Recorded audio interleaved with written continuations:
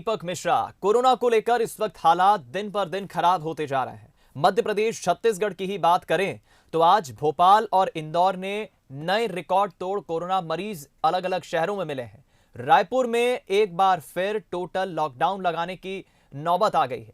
तीनों शहरों में आखिर क्या है हालात और कोरोना से जंग के लिए किस तरह से चल रही है नए सिरे से तैयारी, ये समझने के लिए हमारे साथ जुड़ेंगे हमारे तीन सहयोगी संवाददाता रिपोर्टर। भोपाल से आकर्ष शर्मा हमारे साथ जुड़ रहे हैं, इंदौर से पीयूष पारे, तो वहीं छत्तीसगढ़ की राजधानी रायपुर से न्यूज एडिटर अभिषेक शुक्ल हमारे साथ जुड़ रहे हैं।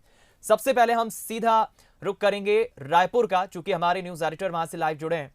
सबसे पहले वहां का रुख करें, लेकिन उसके पहले आपको यह भी बता दें कि देखिए, बढ़ते कोरोना संक्रमण को देखते हुए राजधानी रायपुर में टोटल लॉकडाउन करने का फैसला लिया गया है। 21 सितंबर रात 9 बजे से 28 सितंबर तक लॉकडाउन रहेगा। लॉकडाउन के दौरान दूध, पेट्रोल और मेडिकल की छूट रहेगी। दूध के लिए सुबह 1.5 घंटा और शाम को 1.5 घंटे का समय रहेगा। पेट्रोल पंप और मेडिकल भी अपने निश्चित समय पर खुल सकेंगे। दुर्ग में भी 20 सितंबर तक लॉकडाउन रखा गया, तो वहीं बालोद में 22 से 30 सितंबर तक लॉकडाउन के निर्देश दिए गए हैं।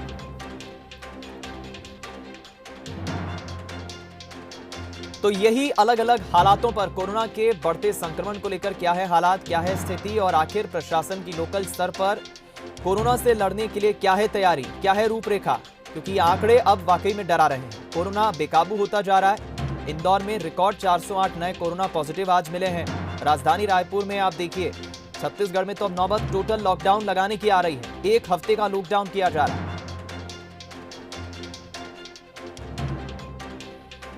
चलिए हम रुक करेंगे छत्तीसगढ़ की राजधानी रायपुर का। हमारे साथ न्यूज एडिटर अभिषेक शुक्ल इस वक्त जुड़ गए हैं। दूसरी तरफ भोपाल से आकर्ष भी जुड़े हैं, लेकिन पहले मैं रायपुर का ही रुक करूंगा।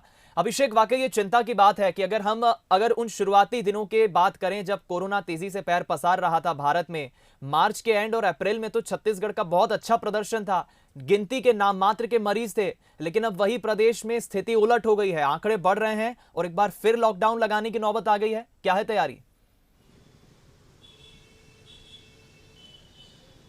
बिल्कुल दीपक, लॉकडाउन लगाने की नौबत फिर से आ चुकी है राजधानी रायपुर में। आखिरकार आज लॉकडाउन लगाने का आदेश जारी हो गया है। अब 21 तारीख रात 9 बजे से 28 तारीख तक लॉकडाउन रहेगा राजधानी रायपुर में। इस दौरान इस बार लॉकडाउन का स्वरूप बिल्कुल अलग होने वाला, बेहद सख्त होने वाला है। सब्जी और किराना की जो दुकानें हैं वो भी नहीं खुली होंगी, उन पर भी प्रतिबंध पूरी तरह से लगा दिया गया है। सिर्फ मेडिकल की शॉप्स खुली रहेंगी, यहाँ पर पेट्रोल की खुली रहेगी और बात करें ज़रूरी जो सेवाएं हैं उनकी यहाँ पर खुली रहेंगी। बाकी किसी को भी यहाँ पर अनुमति यहाँ पर नहीं दी गई है। और दीपक, पेट्रोल के लिए भी साफ कर दो कि पेट्रोल किसी प्राइवेट गाड़ी को पेट्रोल नहीं मिलेगा। सिर्फ शासकीय गाड़ी या फिर जो इमरजेंसी सर्विस में जो गाड़ियाँ लगी हुई हैं उनको ही यहाँ पर पेट्रोल भरवाने की अनुमति मिलेगी, वो भी उनका कार्ड दिखाने के बाद। ये बड़ी तैयारी यहाँ पर है और प्रशासन ने साफ कर दिया कि इस दौरान कोई अगर बिना वजह घूमते पाया जाता है तो उनकी गाड़ियाँ सीज कर ली जाएगी या FIR की जाएगी। और 7 दिन के लिए बिल्कुल टोटल लॉकडाउन यहाँ पर किया जा रहा है दीपक। आसपास के जिलों में भी कई जगह लॉकडाउन लगा है। धमतरी से खबर है, धमतरी में भी नगरीय निकायों में यहाँ पर जो जितना नगरीय एरिया है वहाँ पर लॉकडाउन कंटेनमेंट जोन घोषित कर दिया गया है। और उसके अलावा दुर्ग में लॉकडाउन 20 तारीख से लग रहा है, 20 से 30 तक दुर्ग में लॉकडाउन रहेगा। तो छत्तीसगढ़ के जो हॉट स्पॉट वाले एरिया हैं वहां पर लॉकडाउन है। बिलासपुर में भी सुगबुगाहट चल रही है, हालांकि अभी तक कोई वहां आदेश ऐसा जारी हुआ नहीं है, लेकिन बिलासपुर के लिए भी बातें चल रही हैं। बहरहाल राजधानी रायपुर में लॉकडाउन के आदेश जारी हो गए और बेहद सख्त ये लॉकडाउन रहने वाला है। दीपक, एक चीज और बता दूं कि संडे जो अभी तक यहाँ पर लॉकडाउन होता था, टोटल बंद होता था, परसों क्योंकि रात के 9 बजे से लॉकडाउन चालू होगा और 72 घंटे पहले प्रशासन बताता है इस बात को, इसलिए रविवार यानी कल दुकानों को खोलने की अनुमति दी गई है। जो ज़रूरी दुकानें हैं वो यहाँ पर खोली जा सकती हैं ताकि इनको जो सामान लेना है वो ले सके, लोगों को किसी प्रकार की दिक्कत ना हो।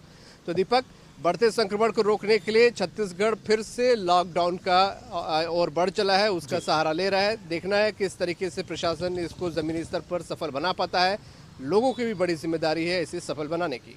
बिल्कुल अभिषेक, ठीक कहा आपने। बने रहिए आप हमारे साथ इस वक्त। चलिए अब राजधानी भोपाल का रुख कर लेते हैं। मध्य प्रदेश की राजधानी में क्या है स्थिति, आकर्ष हमारे संवाददाता बेहतर तरीके से समझा पाएंगे। आकर्ष, बताइए जरा, आंकड़े बढ़ रहे हैं दिन प्रतिदिन भोपाल में और ये वाकई आंकड़े अब डरा रहे हैं। क्या है स्थिति कोरोना को लेकर, प्रशासन की क्या तैयारी?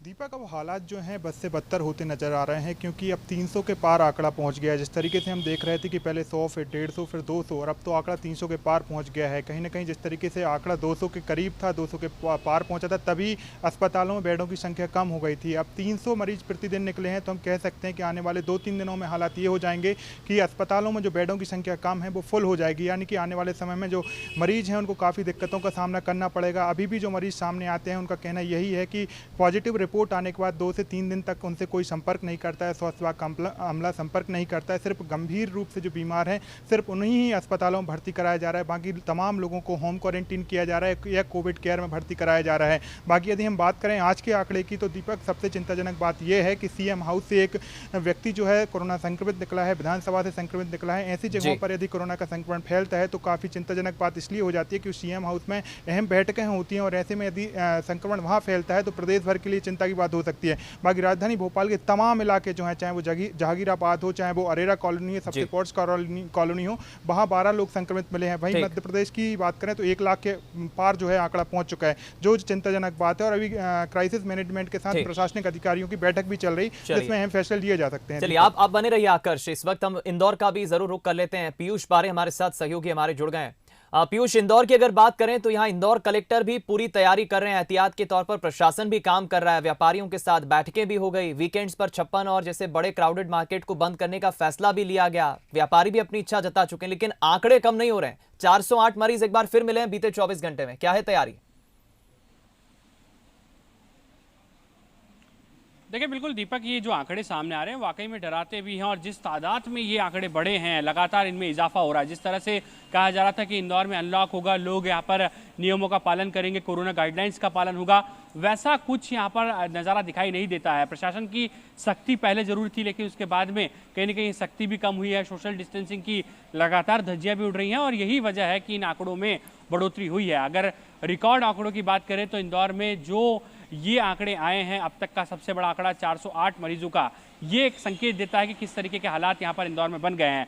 दूसरी तरफ दीपक, चिंता यही खत्म नहीं होती है।